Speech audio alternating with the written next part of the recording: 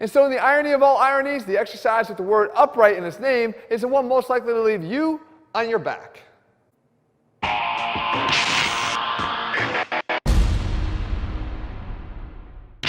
What's up guys, Jeff Cavalier, ATHLEAN-X.com. What you see behind me is a bunch of different shoulder exercises, many of which you probably recognize because you've either done them in the past or you're still doing them today. However, after today's video, you're going to want to get rid of a few of them. You see, I'm going to rank them from the worst to the best to leave you with only the best shoulder exercises that are going to deliver you the gains that you're after. And so as we begin the ranking process here, it's important to define the criteria upon which the exercises are ranked. And while progressively overloading an exercise to develop strength is an important element of all the exercises, it's not the main criteria for how we select these. We're looking for hypertrophy, we're looking for muscle growth, and the ability of these exercises to do that is going to be the main reason for why we rank them in the order we do. That being said, we always have to rely on the safer options, and when it comes to the shoulder, the most mobile joint in the body, unfortunately along with that mobility comes some sacrifices to our stability. With the lack of stability comes some poor exercise choices, especially if you're going to repeat them for years to come. We're not talking about being able to get away with one rep or even a few workouts. I'm talking about year after year after year of doing these exercises. That has to be part of the equation. We're going to want to mitigate those injury risks and leave you with the better options that are still going to be able to produce the gains. However, unlike anything else we've done in the series before, we're talking about a different setup here when it comes to the shoulder. We have three distinct heads: the front head, the middle, and the rear delt. We want to give you the best rankings for each of those heads, and of course, I'm not going to overlook the fact that we want just overall shoulder development. I'm going to even give you some bonus rankings for those too. With that being said, let's just start off where we always do with this series, and that's at the bottom, and just work our way up because it can only get better from there. And I'm going to start with the worst of the worst, the upright row. There's a saying out there that says there's no such thing as a bad kid, just bad parents. But luckily when it comes to exercises, there's no family tree that we have to worry about. And the upright row is just a bad exercise. Now I know a lot of people will defend that and say there's no such thing as a bad exercise either, but I disagree. Every single rep of an upright row places your shoulder into an internally rotated position with elevation.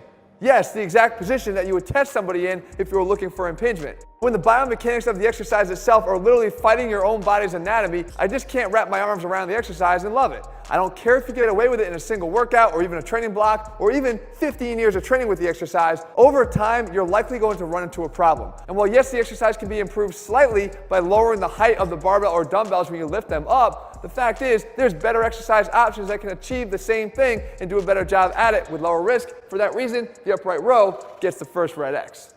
Alright, so I mentioned that there's no family tree when it comes to exercises, but if there was, the Cuban press would be the evil twin brother of the upright row. As a matter of fact, maybe even more evil. And that's because we're adding another element to an already bad biomechanical exercise. You see, when we lift this up, we're getting external rotation, which some would argue makes this a good exercise, but it really isn't, because you're lifting yourself up there from an internally rotated position.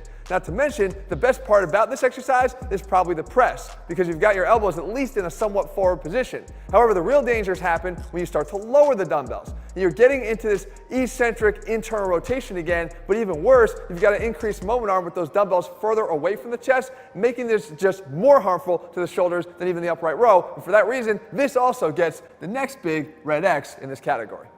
Speaking about the press, can we talk about the version we all started out doing the first time we ever trained shoulders? The behind the neck press? Look, I did it too, for another reason that I saw it in Arnold's Encyclopedia of Bodybuilding, and it looked pretty damn good. Once again, doing this variation of the press just puts our shoulders in a position where we're fighting our own anatomy. There's something called the scapular plane, which is a 45-degree angle or so in front of our body so that the elbow doesn't have to track back behind our body like it does in a behind the neck press. There is nothing wrong with an overhead press, as you're going to see here later on in this video. But when we do it from this position, you're placing yourself in an unnecessary injury risk that we could do from a better position without sacrificing any of the gains that we should be getting from the exercise. So for that reason, as always, the details matter. And in this case, the positioning of the shoulders too far back makes this one that I would also throw in the bottom of the barrel category. Alright, so if you haven't picked up on this by now, as a physical therapist, I don't like internal rotation of the shoulder from an elevated arm position for obvious reasons. That being said, there's one exercise that can make me go from loving it to hating it just like that. It's this exercise right here. It's the side lateral raise, but done from the pour the pitcher position. You might have heard this tip before, that when you get to the top of a lateral raise, you want to act like you're pouring pitchers of water and have your thumb pointing down and your pinky pointing up. If you notice what's going on right there, yes, you've got internal rotation from an elevated arm position. That being said, when you realize you can get the same activation and benefits to the middle delt by simply leaning forward a little bit and keeping your thumb higher than the pinky to ensure that you have external rotation at the shoulder, you're still going to place that middle delt in that direct line of the downward force of gravity, still making it do all the work without sacrificing anything from the exercise, just increasing the safety of it. Save the picture pouring for something you do down here maybe at table level, and save your shoulders in the process by putting the PTP side lateral raise in the big red X category. And with that, I now get to break out my blue marker as we work our way up the rankings, this time to the better category, where we're talking about good, solid exercises, and specifically hitting the front, middle, and rear delt in that order. When we start with the front delts, and the exercise here is the press out. And while this is a good exercise for targeting the front delt, there are definitely some built-in limitations here, namely the lack of range of motion. We're not taking the weight from our thighs all the way up in an arc to end in this position. We're kind of shortcutting it by starting at our chest and simply ending in a position that we expect to end in when we're targeting our front delts. There's better options here that won't be as limited, but I do believe this is a good entry point exercise for those looking to target the front delts, and that's why the press outs get the first in the better category. Sticking in the better category, now working our way around to the middle delt, the exercise of choice here is the cheat lateral.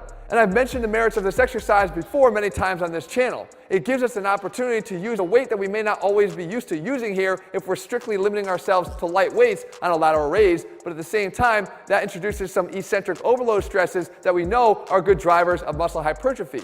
However, with this comes oftentimes some extra momentum, and with the momentum comes some muscle substitution. But if we're considering all aspects here and realizing that the momentum and muscle substitution could be taking away from our ability to focus and drive our intention through the middle delt, then we realize here that we've done a good job of selecting an exercise, but not the best yet, and that's why it belongs in the better category for now. Which brings us to the last of the better category, and this time wrapping all the way around to the rear delt. You do train your rear delts, don't you? The exercise in focus here is the reverse fly. This might be the most common exercise people perform when they're trying to target the rear delts. Unfortunately, as I covered on this channel before, it's certainly not the best. And the main limitation here is the range of motion. You see, when you're trying to target the rear delt, the main thing you can try to do is get extension of the arm back behind the body. It's not just about abducting the arm away from you as if you're doing a side lateral raise bent over. It really is about getting that arm back behind the body. And if you use even just a little bit more weight than you can handle here, the range of motion is going to be limited even more. It's a good exercise. It does work the rear delt, no doubt, but it's not the best at its ability to do so. And for that reason, we're going to put this one in the better category when it comes to the rear delts.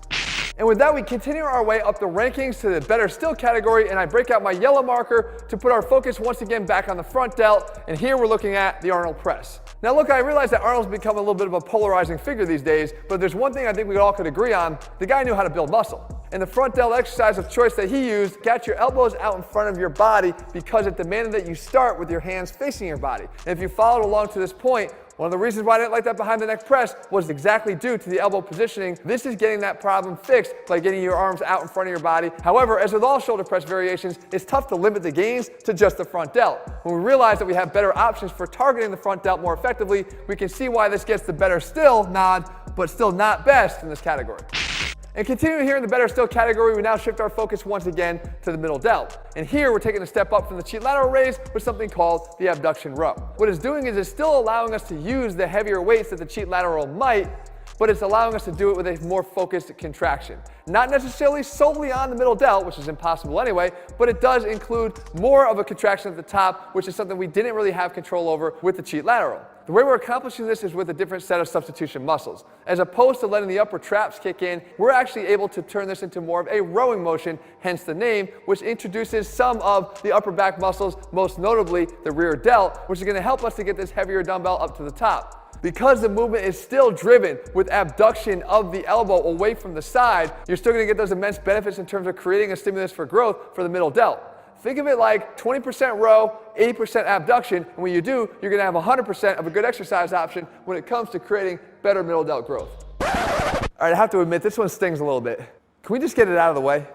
Look, it's not often that we conclude any list of the best exercises without face pulls ranking all the way at the top. But when it comes to rear delt exercises, it's a really solid option, but it's just not the best. I know, a dagger. However, let's take a look at why. The face pull is, as I've said many times on this channel, one of the best exercises you could do, and one you should probably do at the end of every single workout you do, because we simply do not get enough attention to the posterior chain and the muscles of the upper back and mid-scap that this exercise does a great job doing. But therein lies the problem. The upper back and mid-scap. Throw in the rotator cuff, and you've got a lot of other muscles doing the job, not just the rear delt, which limits this to being the best rear delt driver. However, the face pull is always going to appear in a list of great exercises, but for the rear delt, it's a better still, just not the best. Whew. All right, that wasn't so bad. And so with that, we now continue to work our way up the rankings. This time I get to break out my green marker for the almost best category. So not quite at the top yet, but really damn good. And for this, for the front delt, we're going back to press, and this time it's the scoop press. You see, the scoop press has some very unique advantages over the Arnold press, namely an increased range of motion and focus on the front delt. So you can see that when we start the exercise, we lock in by getting a fixed 90-degree position at the elbow. You're not going to open that angle at any point thereafter, because we're not going to turn this into a bicep exercise. Keep it locked in here, and you're going to scoop your arms up to that front rack or shoulder pressing level and continue to press up overhead. We still have all the benefits of the elbows out in front of our body that we do on the Arnold press, but we're getting the additional range of motion on the first half of the exercise that's still actually allowing us to utilize a heavy load because of the bent arm position and the closeness of the dumbbells to our body. This exercise is a better pressing option when you're looking for better exercises, and it's the reason why it belongs in the almost best category. And that brings us to the next exercise here, this one focused on the middle delt, and for this one going back to the side lateral raise in the almost best category. I know what you're saying, Jeff, you always do this. You say one thing's bad, and the next day you say it's good. No, actually, guys, as always, the details matter. Did you realize that one word could actually change the entire meaning of a sentence? Like I could say, you make me really hard, or I could say, you make me really laugh hard. See, it's a big difference. When it comes to the side lateral raise here, as I mentioned before, the details matter a lot, because this becomes a great exercise in this spot. When we're looking for targeted middle delt growth, we want to lighten up the weight here and focus on the middle delt. And we can do it in a much safer position by forgetting about pouring those pitchers. Instead, get that thumb higher than the pinky at the top. Lean forward just a bit to make sure, as I mentioned before, to keep that downward force of gravity squarely focused on the middle delt, making it do all the work. Go through the exercise at a slow but steady pace, and this one becomes one of your best options when you're looking to create hypertrophy, and it's one that needs to be in almost every shoulder workout when that's what you're after. This is where the side lateral raise gets its position here in the almost best category.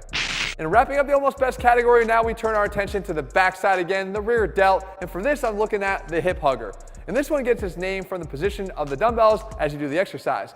You should look like you're trying to pick up a pair of pants that kind of drop down too low. Now, if you look at the mechanics of the exercise, the one thing that's in place here that's really important is the good extension of the arm back behind the body. Remember, you don't have to lift your arms out to the side and keep them long to get them into a position behind your body. You can use heavy weights here. As a matter of fact, you're going to need to use heavier weights here to make this a main driver of growth. However, we can limit some of the contribution of those upper back muscles that the face pull wants to contribute by focusing more on pulling back with the elbows rather than straight up, which would turn this into a shrug. If you get the mechanics of this right, guys, I promise you one of the most intense rear delt contractions you've ever felt, and it's one that definitely belongs in the almost best category, and one that you definitely need to start doing if you want to see the best results. And so we've reached the top of the top, the best of the best, but we've got not one but three winners here, one for each head of the delts, and we start right here at the front delts with the dumbbell front raise. And when we perform this exercise with dumbbells rather than a straight bar, we have the opportunity to split the hands up and do them in alternating fashion, one arm at a time. This affords us the benefit to get a really strong focus on the muscle we're trying to build and focus on getting a good contraction, at the same time letting the front delts do what they do best, flexing the arm out in front of our body. There's no need to take the arms all the way up overhead, because that just starts to introduce additional work being done by the upper and lower traps. Not what we're really focused on here when front delt growth is your goal. Guys, this is the best of the best when it comes to the front delt, and it gets the first green star, or whatever the hell that shape is. And so that brings us to the middle delt, and again, the best of the best in this category, and you're not escaping some variation of a side lateral raise, except my favorite is when we do it with a cable lateral raise. And here you can see that I'm actually making a small adjustment here that makes this even more effective. The cable setup allows me to get the main missing element from the side lateral raise, which is a stretch on the middle delt in the starting position. Think about it, unless you're performing the dumbbell lateral raise on an incline bench with your arm dropped in front of your body, you're never getting your arm into a stretch position on the middle delt, and therefore not getting the best contraction you can get. When we do the cable lateral raise, we're starting every single rep from a maximal maximal stretch position, which is going to allow you to do this even better, making it a better overall exercise when it's the middle delts that you want to grow, and therefore it too gets that big green star or odd shaped whatever for putting it in the best of the best. And so if the reverse fly did a good job of getting that horizontal abduction and the hip hugger did a good job of getting that extension that we're looking for, well, what if we married the two? Again, back to the family aspect of this, well, we would get the rear delt row. And what this does is it takes a lighter weight for sure, but it gives us a chance to focus on getting the abduction of the shoulder away from the body, but also more extension. And what we do is we actually supinate the hand a little bit, which allows us to create some external rotation at the shoulder, which will allow us to get our arm into extension behind the body a lot easier, creating an overall better exercise. Just like raising your arm up overhead is easier with the hand turned out rather than turned in, we get the same benefit here, and the end result is we have a better contraction and an overall great exercise option for hitting our rear delt. It's getting the best designation here when it comes to the rear delt shoulder exercises. But what if you're just looking to build bigger shoulders overall, you're on a minimalist approach, and you want to know what exercises are going to do the best overall job of giving you the best bang for your buck? Well, at that point, guys, you're going to want to look to some of the presses. And in this category, they're all really, really damn good. You see, we have things like the barbell overhead press, the Z press, the modified Bradford press, the dumbbell overhead press, and the handstand push-up. And they're all good options. Each one, of course, have its own benefits. Like for instance, the barbell overhead press, while being a great opportunity to really, really load heavily, does have a restriction for those people that have some shoulder issues because of the fixed hand placement on the bar that gets freed up when you switch to the dumbbell version of the overhead press. The modified Bradford press gives those guys that are still in love with doing the behind the neck press a secondary option. If you notice, the elbow positioning remains in front of the body, which is why we call it a modified Bradford, never going back behind the body, so keeping your shoulders safe, but limiting the range of motion for those that have a difficult time pressing all the way up overhead. The Z press is just an option for building up the overall strength of your entire shoulder when you eliminate your legs from the equation in the seated position. You build your strength up here, you take it back to a standing variation of a press, and I promise you, bigger strength gains and bigger overall shoulders if you do so. And finally, the handstand push-up. If you just don't have any access to weights at all, but you don't want to compromise your shoulder growth, the handstand push-up is a great exercise for targeting all three heads of the delts, and you can do it with simply a wall in your own body. All of these exercises are great options when it comes to shoulder developers, and though none of them are great specialists necessarily, they're all incredibly powerful when it comes to packing on mass to your shoulders, and therefore ones that you don't want to overlook. And there you have it, guys. With the rankings of these shoulder exercises now complete, you have a better idea of what exercises you should be focusing on and maybe which ones you can kind of do without. The fact is, guys, when it comes to exercise selection, the details matter as always. If you're looking for a program where the details always matter, make sure you head to ATHLEAN-X.com and check out our ATHLEAN-X programs. If you found the video helpful, if you like this series, tell me what you want me to cover next and I'll do that for you. And also make sure you click subscribe, turn your notifications so you never miss a new video when we put one out. All right, guys, see you soon.